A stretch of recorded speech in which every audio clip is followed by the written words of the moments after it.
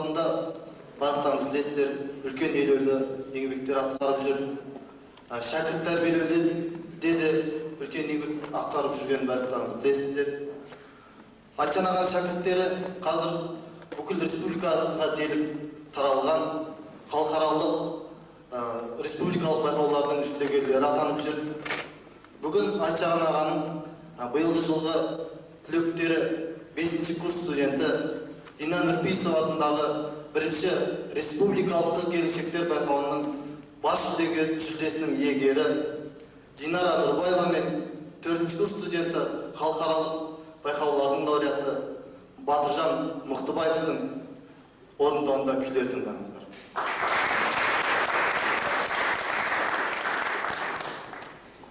Жалпы қазақта күй дегенде ішкен асын жерге қояды ғой, барлықтарыңыз білесіздер. Күйдің қазақтың өмірінде қандай рөл ойнағандығын осында отырған күйшілер қауым жақсы түсінеді, біледі деп ойлаймын. Дегенмен қысқаша бір айтып өтсек артық болмас деп отырмын. Күйді қашанда орындағанда қазақта күйді орындамас бұрын оның қосарлы әңгімесі, күйдің аңызы, күйдің шығу тарихы жайында сөз айтқан, әбден жер-жебіріне жеткізіп, күйді түсіндіріп барып, содан кейін барып орындаушыға ұсынған. Сол кезде ғана күй орындаушының жүрегіне барып жеткен. Бұл дәстүрлі өмірде күйдің орындауынан міндетті түрде күймен қосыла айтылатын әңгімесі болған. Осы дәстүрді біз қашанда жалғастырып отыруымыз қажет деп санаймыз біз. Қазір таңда барлықтарыңыз білетін шығарсыздар, осы дәстүрдің кішкене кемшін қалып бара жатқанын мәлім. Өйткені мынау еуропалық мәдениет әсер еткеннен кейін күйді мынау концерттік үлгіде, мысалы Құрманғазының күйі балбырауын орындайтын пәленшелеп тек орындата береді. Немесе тағы Қоңырқаз Әшімдайдың күйі деп. Ол қай жақтан шықты, неге Қоңырқаз деп аталады? Сол күйден біз тыңдаушы қандай ой түйіндеу керек, қандай әсер алу керек, соған бағыт бағдар болмай қалады. Міне күйдің қосарлы айтылатын әңгімесі, оның күй аңызы, күйдің шығу тарихы, ол күйден біз қандай ой түйіндеуіміз керек, соған бағыт бағдар береді екен. Енді қазір сахнаға Батыржанды шақырайық. Қарсы алыңыздар. Батыржан.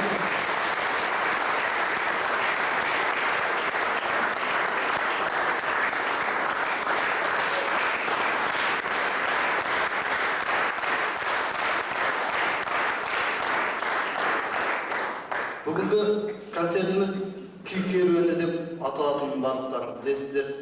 Күй керуені деп атауымыздың себебі де сонау сан ғасырлардан бері қалыптасып, осы күні халқымызға келіп жеткен, үлкен атамыздан келіп жеткен күй мұрасын, оның әртүрлі аймақтық дәстүрлері, мектептері, соның барлығын көрсетеміз деп отыр Батыржан мен Динара. Сондықтан біз күй керуені деп атап отырмыз. Бүгін тек күйге арналған концертіміз. Алғашқы орындалатын күй халық күйі «Ел айрылған». Бұл «Ел айрылған» атты күйлер қазақта мынау екі кезеңге арналып шығарылған екен. Алғашқысы қазақ пен ноғайдың айырылысу кезеңінде асан қайғы шығарған бір нұсқасы, одан кейін халық күйі деп тартылатын нұсқалар бар. Одан кейін мынау жоңғар шапқыншылық кезеңінде Ақтабан шұбырынды Алқакөл Сұлама деген атпен қазақтың тарихында есте қалған үлкен қайғылы оқиға бар. Сол кезеңге арналып шығарған күйлер «Ел айрылған». Осы кезде қазақ Қаратаудың басынан көш келеді, көшкен сайын бір тайлақ бос келеді, туған жерден айрылған жаман екен, екі көзден мөлтілдеп жақсы келеді деп, елмай деп толғанса, халық күйшілері осы кезде «Ел айрылған» деп күй тартқан екен. Міне «Ел айрылған» күйін қалуыңыздар қазір.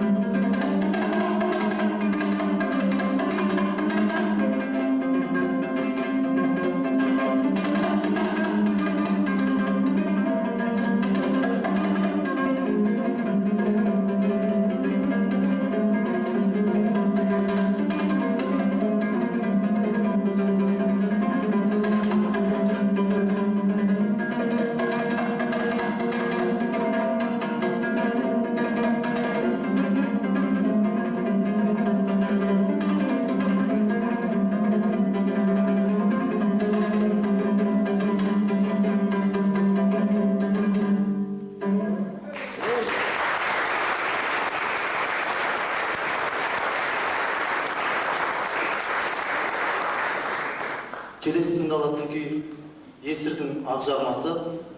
Бұл күй Есір бір қиында сондай сұрапыл бір сапардан аман оралам ба, оралмайын ба деп елмен қоштасып кеткен сапардан аман есен еліне оралған кезінде ақ түйенің жарылған, қарынның жарылған күні осындай қуанышты сезіммен сондай күн деп ақ жарып шыққан күй деп тартқан екен деседі. Осы ақ жарманы қабыл алыңыздар.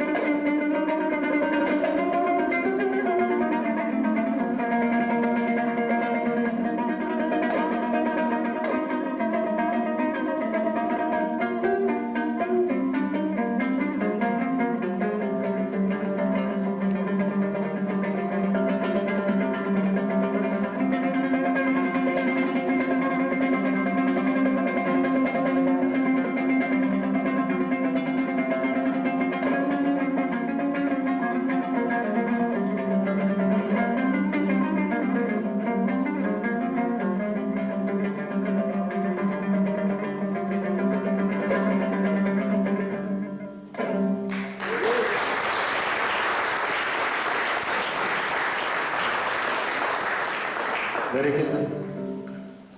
Жалпы қазақ халқы арғы тегіміз түркілер екен барлықтарыңыз білесіздер.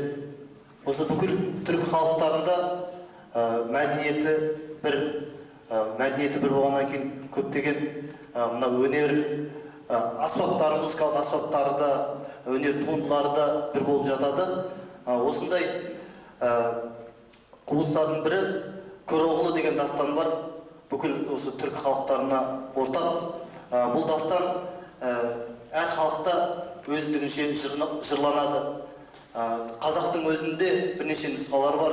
Қазақта Маңғыстау жыршылық дәстүрі, Сыр өңірінің жыршылық дәстүрі, Жетісудың жыршылық дәстүрлері болатын болса, осы үш өңірдің өзінде үш түрлі нұсқамен орындалады екен осы Көроғлы. Осы Көроғлы дастанына осы тақырыпқа арналған күйлер де бар екен қазақта. Мынау Көроғлы деген халық күйі. Қазір тыңдайтындарыңыз, қабыл алыңыздар.